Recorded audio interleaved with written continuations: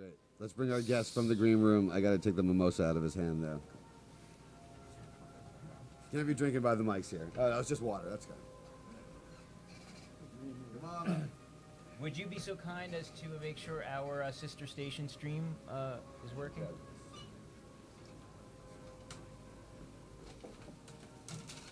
Arnie Gunderson, welcome to the Howie Rose Show. Hi, thanks for having me. Thank you so much for taking time out of your busy schedule to join us here today. Oh, it's Vermont. We do what we can for Vermont. So, you've been having a busy life as of late, I imagine. Our little website used to get 80 hits a day. And that was before Fukushima. And in the last 100 days, over the downloads to YouTube and Vimeo and stuff like that, there's 5 million hits. So, Wow. yeah, we've been busy. Yeah. And that kind of good news is actually based on bad news, unfortunately. Yeah, I wish we weren't. Yeah. Well, let's talk about your website, fairwinds.org. It's got an E in the middle of it, yeah. And tell us briefly about your website, and then we'll talk about who you are and how you ended up in this interesting position you have in life. Well, I have to thank my wife and the owner of the company here. For about 18 months, she had been saying, "Why don't we do videos? Because you're a teacher, and it would be a good way of conveying this nuclear knowledge." And I kept putting her off. And then Fukushima came, and I was on a couple network stations, and they just couldn't give enough time to any issue. So I turned to her and I said, "You're right, let's do a video." So the first video we put up, we had 10,000 hits, and the next video we put up had 25,000 hits. So okay, so you have a master's in nuclear energy, in nuclear Yes. engineering. I have a master's in nuclear engineering. I have a reactor operator's license. I got a patent on a nuclear safety device, and I was a senior vice president in the nuclear industry as well. Yeah. Well, in that case, could you just scoot your chair in a little closer to the mic? Because this sounds like it's going to be a very serious ride.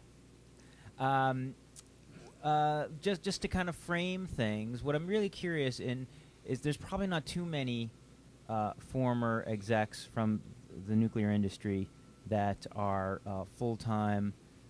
What do you call yourself? A professional witness? I'm an expert witness. An expert witness. And do you find yourself amongst your peers? Do you find yourself on a different side of the fence? What I'm really curious in, what was your motivation for getting a master's degree in nuclear engineering, and what was the landscape like at that time? Well, I got my degree in the early 70s, and at the time, the big concern was we're going to run out of gas and oil. And it wasn't about global warming, it was about just a limited amount of gas and oil. And then I was really good at the math, and nuclear is a very enthralling mathematical concept. It really works when you do the math. If you take people out of the equation, that is. And so then I went to work for a power company and worked on a plant very similar to Vermont Yankee. Then I met my wife Maggie she was the public relations rep on a nuclear site, and I was the lead engineer. So we were a nuclear family. Well, that's fascinating. I had no idea that Maggie's background. Now, I'll have to ask her in a separate interview what drew her to do that kind of work. But so would you describe yourself at the time in the early 70s as pro-nuclear, or were things not that divisive? I don't like to think of it as a religion, like, the Christ and the Antichrist and the pro-nukes and the anti-nukes. But I believed that nuclear power would solve the world's energy problems, yeah. I would describe that as pro-nuclear. I mean, that's a very positive vision. Well, I'm just going to cut to the chase here and ask a question that I was going to ask around 11:30. What do you think of your original hope and vision that nuclear energy could solve the world's energy problems? And what do you think the future of nuclear energy might be for us? Well, I had a couple formative steps along the way, but before we get to Fukushima, there's a couple formative steps along the way. I believed that the government regulated nuclear power very well. And in 1990, I was a senior vice president, and I found that our company had some violations of our Nuclear Regulatory Commission license, and I went to the president with him, the president of the company, and he fired me. So then I went to the Nuclear Regulatory Commission expecting that they would exonerate me, and they instead botched the inspection and took bribes. I was not the type to give up, and I went to Congress and got the NRC investigated. And John Glenn, who was a senator at the time, determined that, yes, they had botched the inspection, and yes, they were taking bribes. So that fundamentally altered my opinion of nuclear power. You know, it's only as safe as the cop makes it safe. And when the NRC is going to botch inspections and take bribes, it's not an effective regulator. So at that point, I had a real prominent attorney who I thought was a friend, a nuclear attorney. He said to me, Arnie, in this business, you're either for us or against us, and you just crossed the line.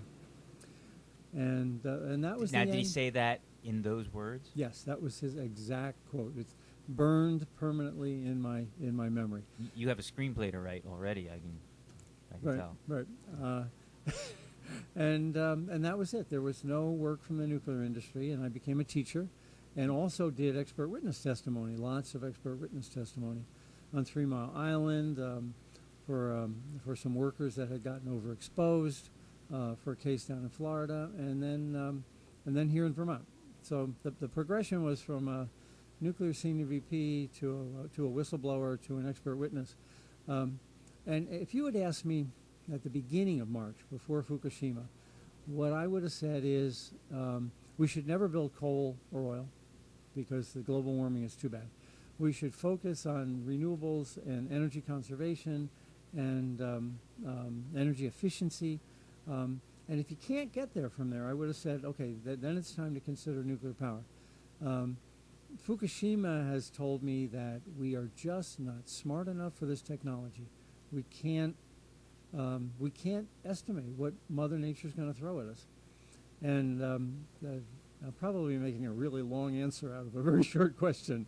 But the last piece is I have a saying, and I believed it, but now I really believe it. And it's sooner or later, in any foolproof system, the fools are going to exceed the proofs. And that's what happened. It's just a matter of time.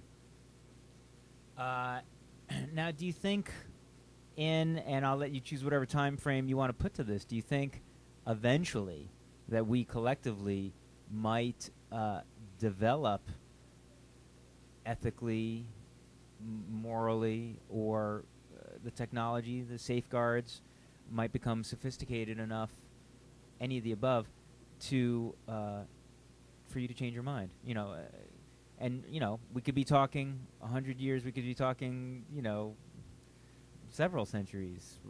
Do you have any kind of? Do you think there's any long-term prospect for safe enough nuclear use? Yeah, I think it boils down to money. Nuclear power can be safe, or it can be economical, but it can't be both. And what we're seeing now for the new nuclear plants is I'm testifying down in Florida, and they've got 4 new nuclear plants that are going to cost $45 billion. That's with a B, dollars, to build. That's going to double the amount of cost of all of the power plants in all of Florida, and it's only going to increase the power by 8%. So these plants have become incredibly expensive. And the question is, if it's going to cost, you can do a lot with $45 billion. You know, you can put double pane windows on your hotels instead of single pane. And the savings from using that money in another alternative are far more importantly, it's better spending it on improving energy efficiency than it is building 4 nukes that will only give you 8% more power. Okay, so I'm afraid I probably already know the answer to this question, but I have to ask. So where's the motivation? What is the incentive? What's pushing that $45 billion into the building of these well, money again. Florida Power and Light and Progress Energy are guaranteed 11% rate of return on their money. I mean, take my wallet and invest it with it. I mean, if you could get a guaranteed 11% rate of return, That's breathtaking, especially in today's economy. So the more they invest, the more they make on that 10%, 11% guarantee. Okay, and when you say they're guaranteed, can you explain by whom and how that works? Yeah, they have the Public Service Commission in Florida sets the rates, and they look at the cost, which would include the capital cost, and they give them 10% above that. So, and it's interesting because I testified down there for the last 2 years and pretty definitively shown that these were too costly. And the response by the Florida legislature was to throw everybody out on the Public Service Commission and put pro-business people in. I think what's happening now is that businesses are finally realizing that doubling my electric bill is not a good idea, and there's better ways of doing it. And also, at least in Florida, with the large elderly population, these people are going to be paying extra for 10 or 15 years while the plants are being built, and it's unlikely they'll be alive when the plant comes online to reap whatever benefits there are. So there's a couple powerful lobbies that are developing, including a business lobby that says that this is an absurd cost. Now, the last piece of this is we, Vermonters, are signing on to loan guarantees for these plants down in Florida and down in Georgia. Now what that means is that we're putting ourselves on the line for $8 billion. If these plants can't produce economically, then taxpayers are going to pay the $8 billion to bail out the people in South Carolina. So it's like, you know, taking a signing the note on your kid's car. Maybe you do that if it's your kid, but if it's a distant relative, you don't sign a note. And basically Congress is asking us, Vermonters, to sign a note on a nuclear reactor in South Carolina.